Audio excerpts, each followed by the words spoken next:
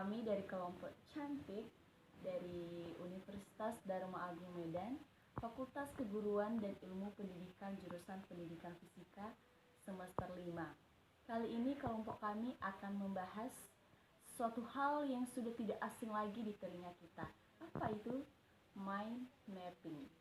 Nah, baik, sebelum kami membahas atau menjelaskan atau memberitahukan seluk-beluk apa itu tentang mind mapping, kami akan memperkenalkan diri terlebih dahulu. Saya Tuwinda Laia. Saya Yudita Puspita Halawa. Nama saya Mardiana Amajihana. Nama saya Arna Dewi Setia Halawa. Baik teman-teman, langsung saja kami akan memulaikan presentasi pembahasan tentang mind mapping. Kita mulai dulu dari pengertian mind mapping. Apa itu mind mapping? Mind mapping atau pemetaan pikiran adalah suatu metode untuk memaksimalkan potensi pikiran manusia dengan menggunakan otak kanan dan otak kiri secara simultan. Atau mind mapping juga bisa diartikan sebagai sebuah metode untuk mengelola informasi secara keseluruhan melalui pemetaan peta pikiran berbentuk percabangan yang dituangkan langsung ke dalam media tulis, baik kertas maupun digital. Mind mapping pertama kali dikembangkan oleh Tony Buzan, seorang psikolog dari Inggris. Beliau adalah penemu mind map atau peta pikiran, ketua Yayasan Otak, pendiri klub pakar atau Brain Trust, dan pencipta konsep melek mental. Mind map diaplikasikan di bidang pendidikan seperti teknik, sekolah, artikel, serta menghadapi ujian. Ada juga beberapa para ahli yang mengemukakan pendapatnya tentang pengertian dari mind mapping. Yang pertama dari Bobby DePorter dan Mike Hernacki. Menurut mereka, mind mapping ialah suatu teknik mencatat yang dapat memetakan pikiran yang kreatif dan efektif serta memadukan dan mengembangkan potensi kerja otak, baik belahan otak kanan atau belahan otak kiri yang terdapat di dalam diri seseorang. Maksudnya ini adalah otak dari manusia itu sendiri. Dan yang kedua, Melvin L. Silberman. Menurut Melvin, mind mapping merupakan sebuah cara kreatif bagi peserta didik secara individual untuk menghasilkan ide-ide, mencatat pelajaran atau merencanakan penelitian baru. Dan yang ketiga, menurut Tony Buzan. Menurutnya, mind mapping yakni salah satu cara mengembangkan kegiatan berpikir ke segala arah, menangkap berbagai pikiran dalam berbagai sudut. Mind mapping mengembangkan cara berpikir divergen dan kreatif. Yang keempat, menurut Bobby DePorter. Menurut Bobby DePorter, mind mapping merupakan suatu pemanfaatan keseluruhan otak dengan menggunakan citra visual dan grafis lainnya untuk membentuk kesan antara otak kiri dan otak kanan yang ikut terlibat sehingga mempermudah memasukkan informasi ke dalam otak. Dan yang terakhir yaitu menurut Caroline Edward. Menurut Caroline, mind mapping adalah segala cara paling efektif dan efisien untuk memasukkan, menyimpan, dan mengeluarkan data dari atau ke otak. Sistem ini menurutnya bekerja sesuai cara kerja alami otak kita sehingga dapat mengoptimalkan seluruh potensi dan kapasitas otak manusia. Nah teman-teman, sekianlah dari pengertian mind mapping baik secara umum maupun pengertian mind mapping menurut para ahli. Sekarang kita akan masuk pada cara pembuatan dari mind mapping itu sendiri. Dalam membuat mind mapping teman-teman, ada beberapa hal yang penting yang harus kita perhatikan. Yang pertama, pastikan dulu tema utamanya berada di tengah-tengah. Yang kedua, dari tema utama tersebut nanti akan muncul tema-tema turunan yang harus berkaitan dengan tema utama. Yang ketiga, cari hubungan antara setiap tema dan tandai dengan garis, warna, atau simbol. Yang keempat, gunakan huruf besar. Yang kelima, buat peta pikiran di kertas polos dan dihilangkan proses edit.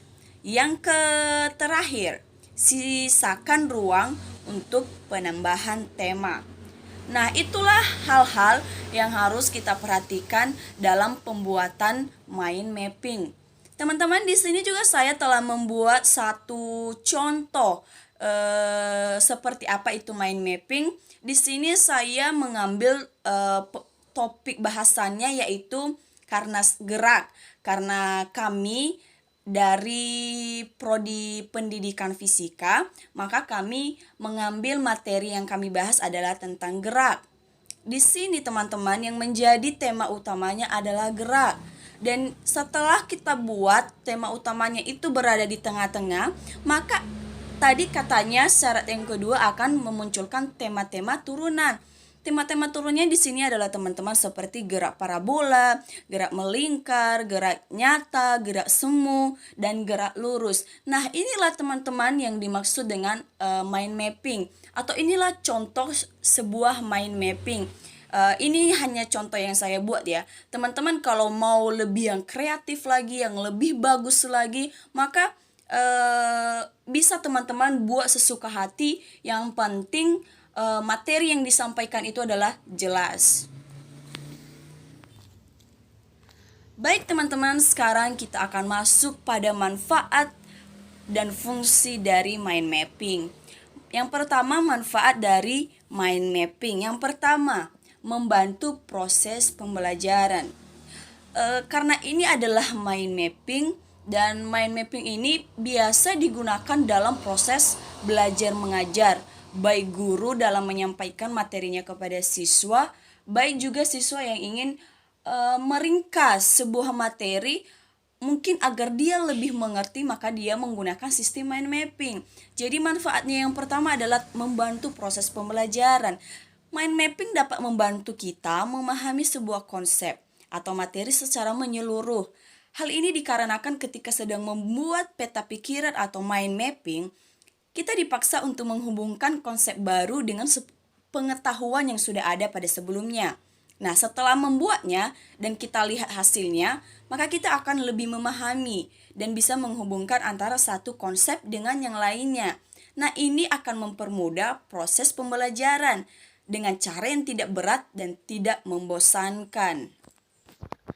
Terus manfaatnya yang kedua teman-teman adalah lebih produktif. Kenapa dia lebih produktif? Karena dengan mind mapping ini kita dapat memvisualisasikan langkah yang dibutuhkan dalam sebuah proyek.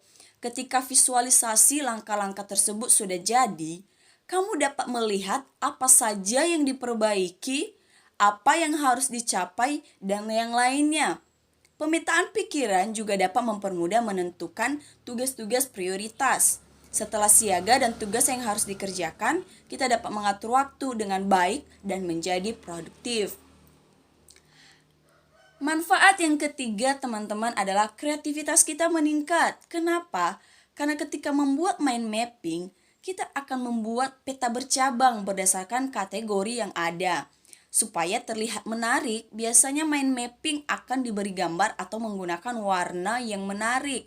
Proses pembuatan ini dapat merangsang kerja otak bagian kanan. Nah, karena itu, fungsi bonus mind mapping adalah meningkatkan kreativitas. Dan yang keempat, teman-teman, meningkatkan pemahaman. Mind mapping ini kan tadi merupakan suatu metode yang dapat membantu kita memahami konsep atau permasalahan yang kompleks. Pada mind mapping juga teman-teman tidak hanya memahami Metode ini juga dapat membantu kita memecahkan permasalahan tersebut. Hal ini dapat menjadi sangat bermanfaat ketika diaplikasikan ke dalam proses manajemen proyek, rapat, dan hal yang lainnya. Sekarang kita akan masuk pada fungsi mind mapping. Apa itu fungsi mind mapping? Fungsi dari mind mapping itu sendiri adalah untuk membuat catatan hal penting yang saling berkaitan untuk keperluan tertentu. Karena mind mapping dapat membantu kita untuk banyak hal seperti merencanakan, berkomunikasi, menjadi lebih kreatif, menyelesaikan masalah, memusatkan perhatian, menyusun dan menjelaskan pikiran-pikiran, mengingat dengan baik, belajar lebih cepat dan efisien, serta melatih gambar keseluruhan. Nah, itulah teman-teman tentang manfaat dan fungsi mind mapping. Sekarang kita akan masuk pada jenis-jenis mind mapping.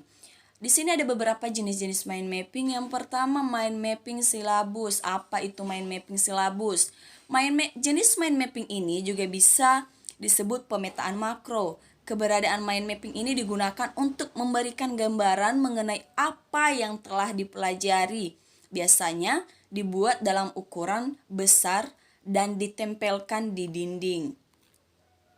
Jenis mind mapping yang kedua yaitu mind mapping bab. Apa itu mind mapping bab?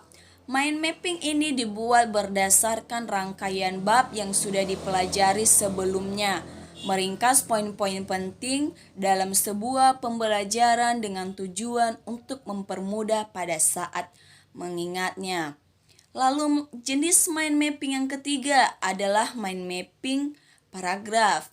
Pemetaan paragraf ini adalah jenis konsep yang memberikan informasi dengan cara yang lebih mendetail.